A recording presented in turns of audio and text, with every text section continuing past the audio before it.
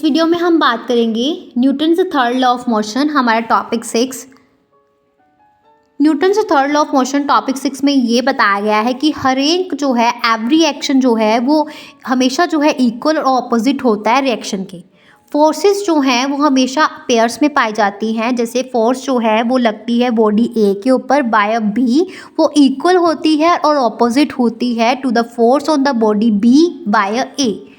Action और reaction forces जो है वो सेम टाइम पे होती है, अकर्स साइमल्टेनियसली। एक्शन और रिएक्शन फोर्सेस जो हैं एक्ट करती हैं डिफरेंट बॉडीज़ के ऊपर, not on the same body, और ये जो है एक दूसरे के साथ कैंसिल नहीं होती है। F A B is equal to minus F B A. Examples जैसे कि जब कोई मैन जो है वॉक करता है अर्थ के ऊपर तो ही exert a force in the backward direction, और एक्शन क्या होता है कि अर्थ जो है एग्जर्ट करती है equal reaction on a man in the forward direction, तो जिसके रिजल्ट से मैन जो है वो फॉरवर्ड डायरेक्शन की तरफ चलता है। जब एक बर्ड जो है फ्लाई करता है तो it exert a force on the air by its wings, तो एयर जो है एग्जर्ट करती है रिएक्शन फोर्स उसके विंग्स पे ऑपोजिट डायरेक्शन में, जिसके रिजल्ट से बर्ड जो है वो फ्लाई करता है।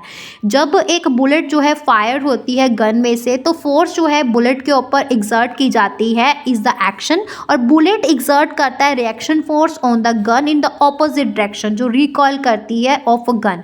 रॉकेट जो है बर्न करता है गैस को बहुत ज़्यादा हाई प्रेशर पे, जो इस्केप करता है through the nozzles with a tremendous force. Escaping gas जो है एग्जर्ट करती है reaction force on the rocket in the opposite direction, जिसकी वजह से रॉकेट जो है मूव करता है फॉरवर्ड। क्लियर हुआ यहाँ तक? हाँ जी, तो ये सब इसके बारे में बताया गया था। उसके बाद नेक्स्ट मैं बात करती हूँ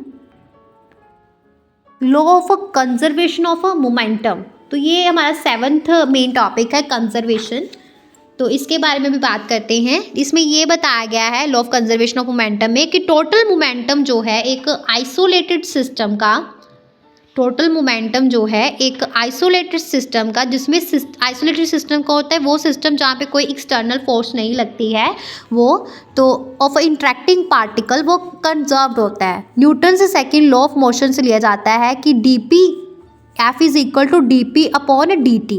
तो जहाँ पे F क्या है 0 है तो F is equal to D P upon D T equals to 0, तो D P is equal to 0, तो P क्या है कांस्टेंट है। तो जब F जो है 0 है इनिशियल मोमेंटम जो है वो इक्वल हो जाता है फाइनल मोमेंटम के।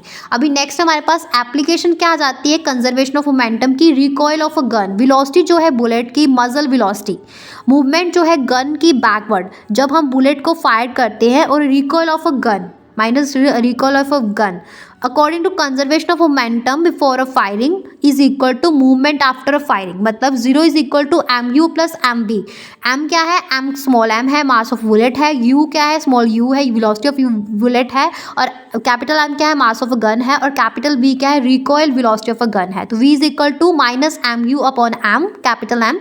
तो नेगेटिव साइन हमें ये बताता है कि गन की वेलोसिटी जो है ऑपोजिट है to that of the bullet. तो रिकॉइल वेलोसिटी जो है बहुत छोटी है एम कैपिटल एम से, कैपिटल एम जो है बहुत ज़्यादा बड़ा है स्मॉल एम से। और रॉकेट प्रपल्शन, जब रॉकेट जो है फायर्ड होता है तो फ्यूल बर्न होता है इन द कंबशन चैम्बर। तो हॉट गैस जो है बहुत ज़्यादा हाई प्रेशर पे स्केप होती है through the nozzle with a very high velocity, और स्केपिंग गैस जो है वेरी हाई मोमेंटम होता है उसका, और in order to conserve momentum rocket जो है मूव करता है फॉरवर्ड डायरेक्शन में। क्लियर हुआ ये? तो ये था हमारा 7th मेन टॉपिक। अभी 8th मेन टॉपिक की बात करेंगे। It's a equilibrium of A particle. Equilibrium of A particle जो है मैकेनिज्म है जो ये रेफर करता है उस सिचुएशन को जहाँ पे नेट एक्सटर्नल फोर्स जो पार्टिकल के ऊपर लगती है वो 0 होती है। मतलब कि फोर्स जो एक्ट करती है पॉइंट के ऊपर वो कंकरेंट फोर्सेज हैं। अगर दो फोर्सेज F1 और F2 जो है एक्ट करती है पार्टिकल के ऊपर तो इक्विलिब्रियम जो है रिक्वायर करता है कि F1 is equal to minus F2। Equilibrium के अंदर जो है 3 कंकरेंट फोर्सेज होती है F1